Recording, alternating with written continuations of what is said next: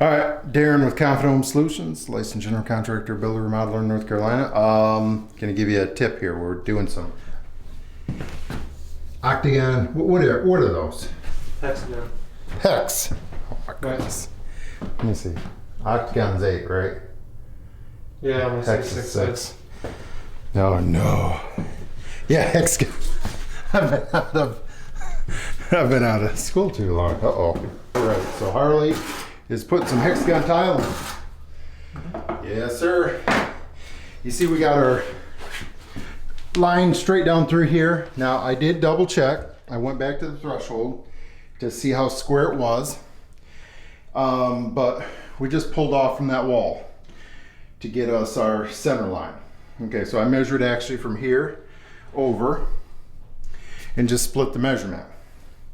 Went down through there. Now, you'll see I have multiple different 90-degree lines. I got one up there, one's already covered up. But as he's coming back, he'll be able to take his measurement and pull, because you can't trust these spacers just by themselves. Sometimes the tile will vary in thickness, and so how about you check your measurement back to that line. So we're gonna watch him do it. See how close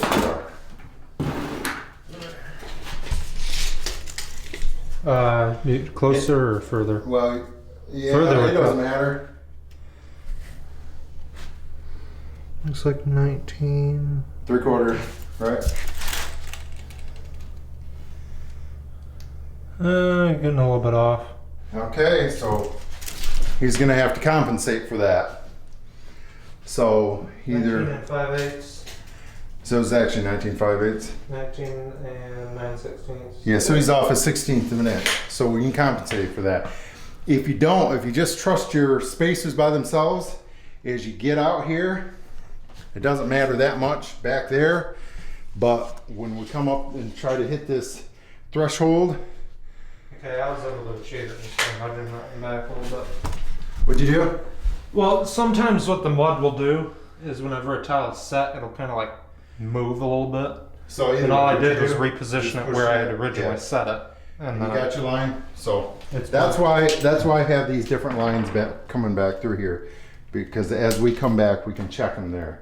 And without those, that's why you see some real shoddy tile work. So, all right. And plus when we get out to that threshold, we got good consistent tiles going across there.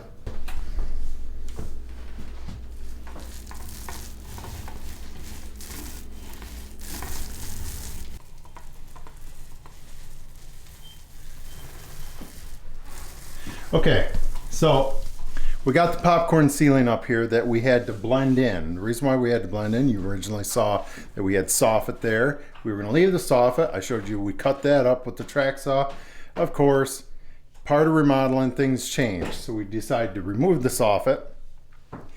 And when they put the soffit in there, they caulked up against the popcorn, the ceiling. Well, we didn't even know that there would be popcorn up there, because we have been up there different times to where there's no drywall at all.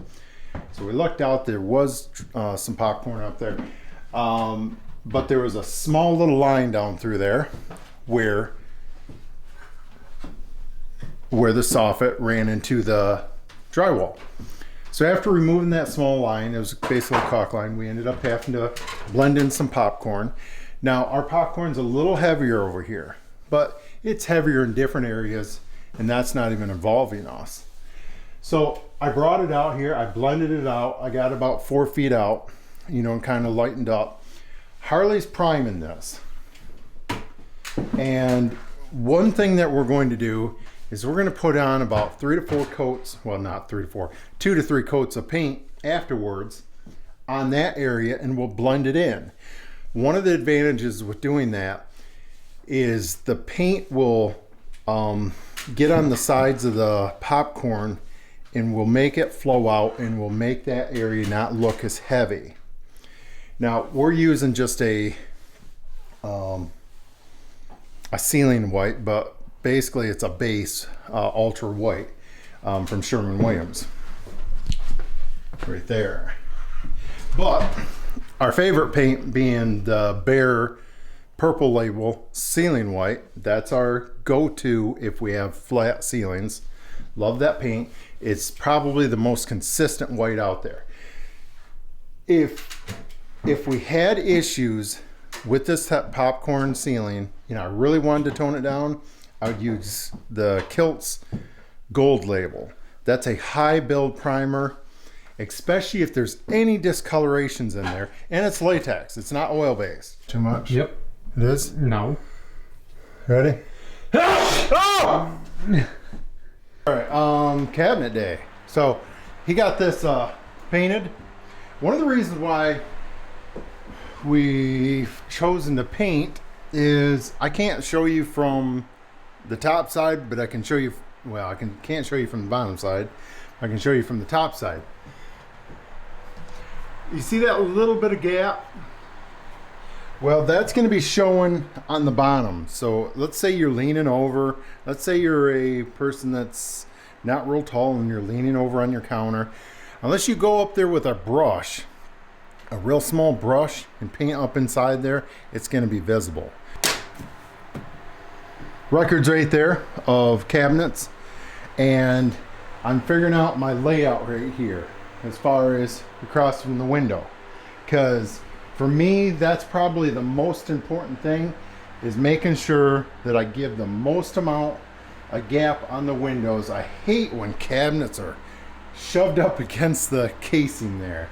That's a rookie mistake. Now this is such a small kitchen, we do have to somewhat push it in tight to give them the most amount of room, but I want to make it look nice. Especially sometimes the windows are not straight, 100% straight.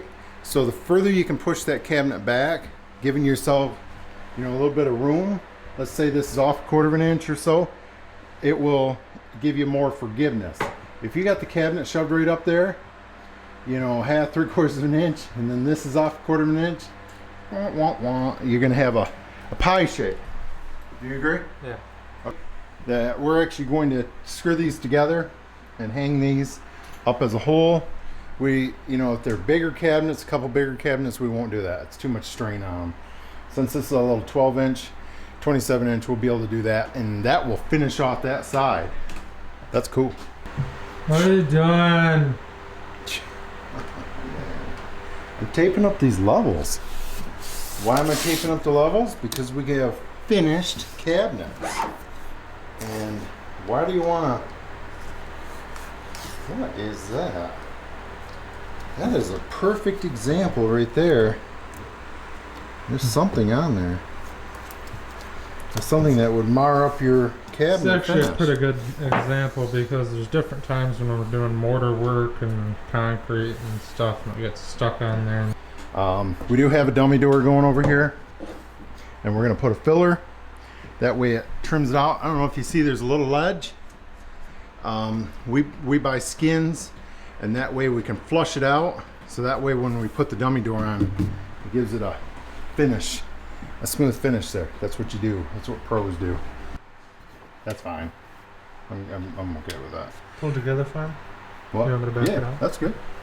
Okay. Well, let me show you what screws we use. Now it does have a square head on that.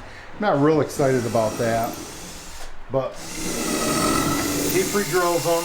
We'll put, this is a 36-inch tall cabinet, so he will put, what, you putting 4? Yeah, 4 should do.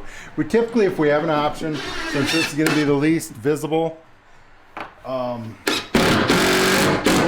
side, this will be, you know, closest to the wall. That's where we'll put them. But I'll be honest, it doesn't matter that much. And here's another thing too. We got these clamped, but we put, this is why I taped it. We put this up against here, made sure we had a straight line, and then he threw some shims up there. He put the shims up there to make sure it was spaced correct.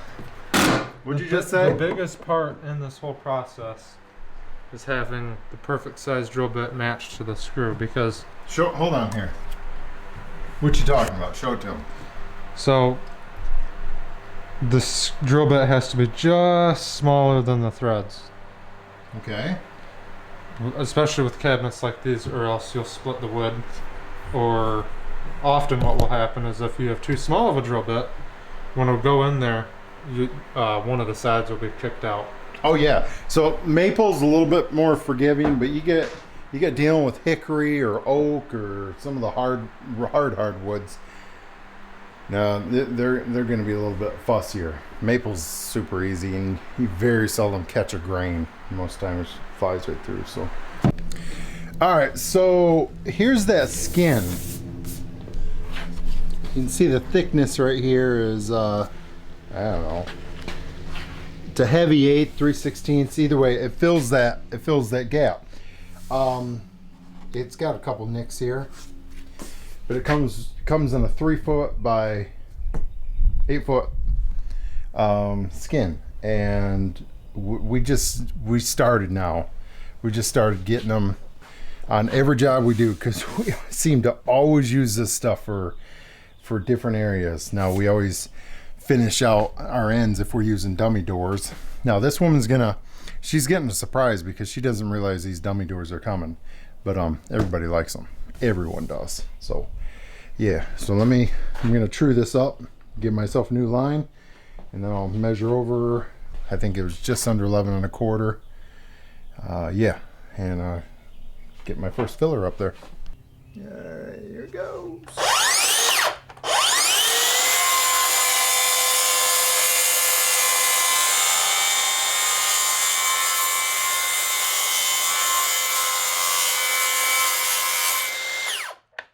All right, so we put the skin on, we flushed it up.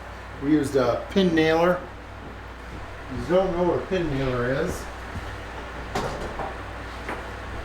here's the boss. It's just what we use, and here's the pins. So they essentially don't have a head on them.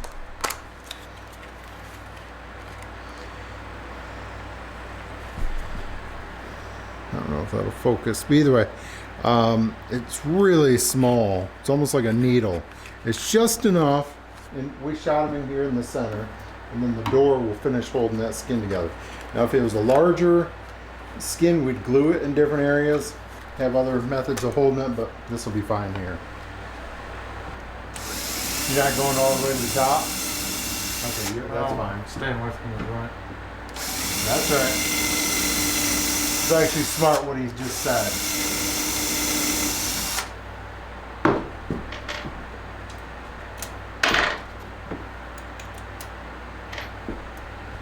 By staying away from that joint.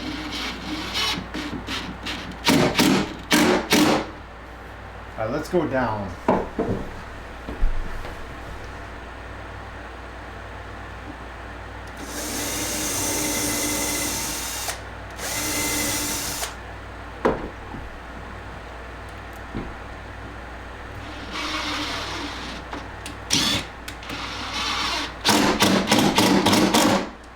Doesn't that look nice having that on there? All right, give me a tape measure.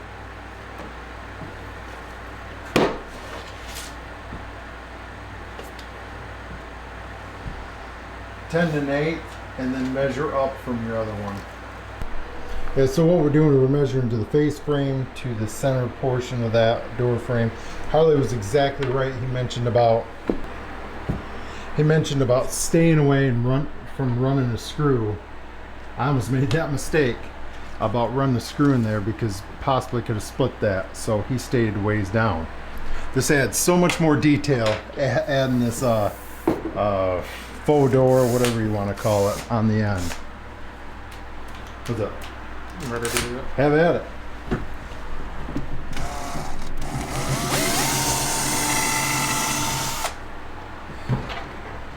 So that's where the front screw is.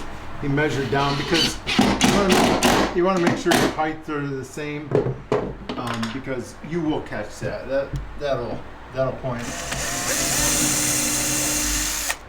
Now, if you're not professional, and you don't run drill bits, definitely tape up your bits, because that'd be horrible to punch through on the front side.